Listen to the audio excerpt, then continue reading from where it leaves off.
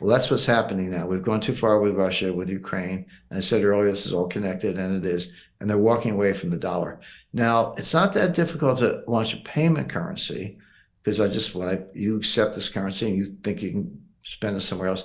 But if you expand the group to 20 countries, see, if China exports high-tech equipment to Russia and takes rubles in return, what are they going to do with the rubles? They can only spend it in Russia. And that's the same is true of any bilateral trading relationship. If it's only two countries, you can't. What's Russia going to do with rupees for the oil they send to India? How much curry do you need? That's the problem. It's almost like barter.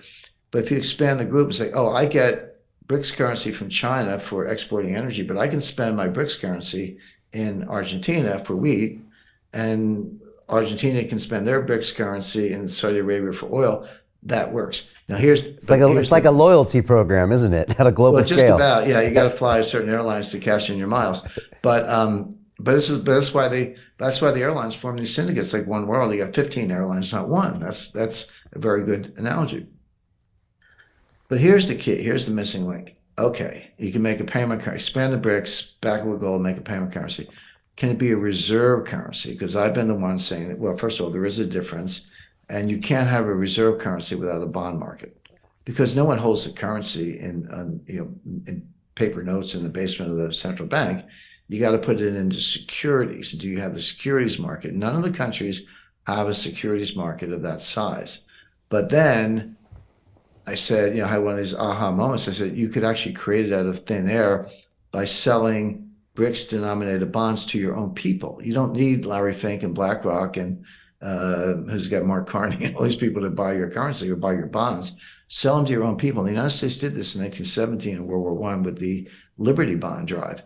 Woodrow Wilson invented it. But every city in America in 1917, they had parades. You were not a patriot. You were not a patriot if you didn't buy Liberty bonds to support the war effort. By the way, look at the formation dates of E.F. Hutton, Dean Witter, Merrill Lynch. Was right around the teens, right between 1910 and 1920. That was the beginning of retail investing in the United States. Good. Prior to that, it had been a pro market. And if you're a Brazilian or you're an Argentinian, wouldn't you rather have a BRICS denominated bond instead of an Argentinian peso bond? I mean, you might want a U.S. bond, but you can't always get them. So this thing is coming faster than people. No one's expecting this. I've written about it. By the way, the article I talked about, and thank you for preparing your video, and it was sort of published in a bridge form. It was picked up the other day by Russian state media. I had nothing to do with it. They just thought it was interesting. But all of a sudden, that's reaching 1 billion people. So this is in the air. Who doesn't know about it?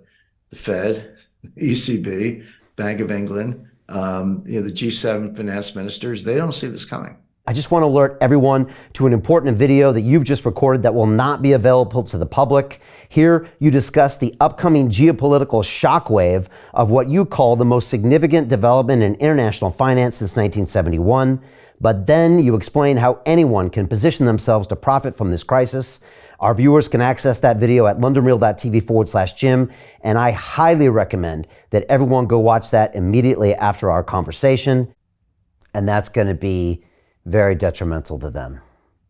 Correct, because if I'm Russia or China and I have BRICS currency through trade channels and it's linked to gold, do I want the price of gold to go up or down?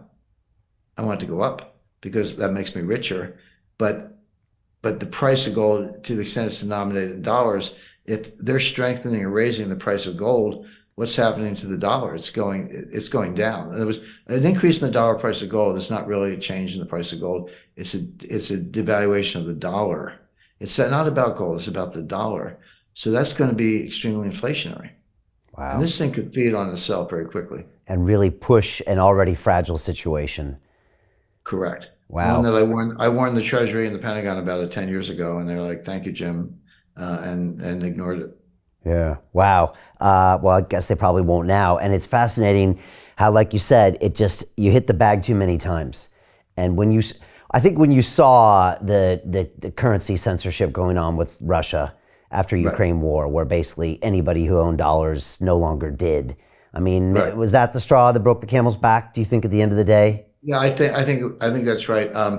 and I love, we just got through this debt ceiling debate in the United States, a couple of weeks ago, and you were, referred to that briefly. But the argument, the political argument, we got to raise the debt ceiling because the U.S. has never defaulted on its debt. We have to raise the debt ceiling. We can't default on the debt. I was just laughing. I said, we default on our debt all the time.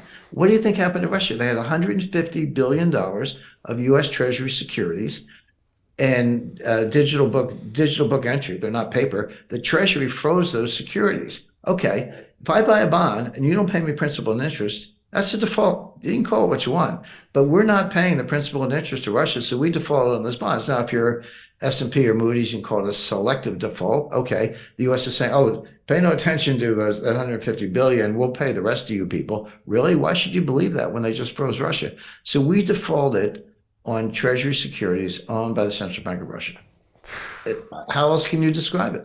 Wow, that's a strong statement, especially coming from you, Jim, who's been in the capital markets for a long time. I never thought. Well, I can go on. The U.S. is actually the master of default. We do it all the time. Inflation, et cetera. We just have different ways of doing it. Hey, it's Brian Rose, founder of the DeFi Academy. I've told you my 4-week crypto bootcamp is amazing, but don't take my word for it. This is what my students are saying. The DeFi Academy was an amazing experience for me. It took me totally out of my comfort zone. In this course, I was challenged, I was held accountable, and pushed to do things that honestly weren't always easy. It's been phenomenal, and I can't believe we're already up on our 4 weeks. It has flown by. Going through this DeFi accelerator by far was one of the best courses I've taken. You do this course, you really get into the nitty-gritty of the activities that will make you comfortable with decentralized finance.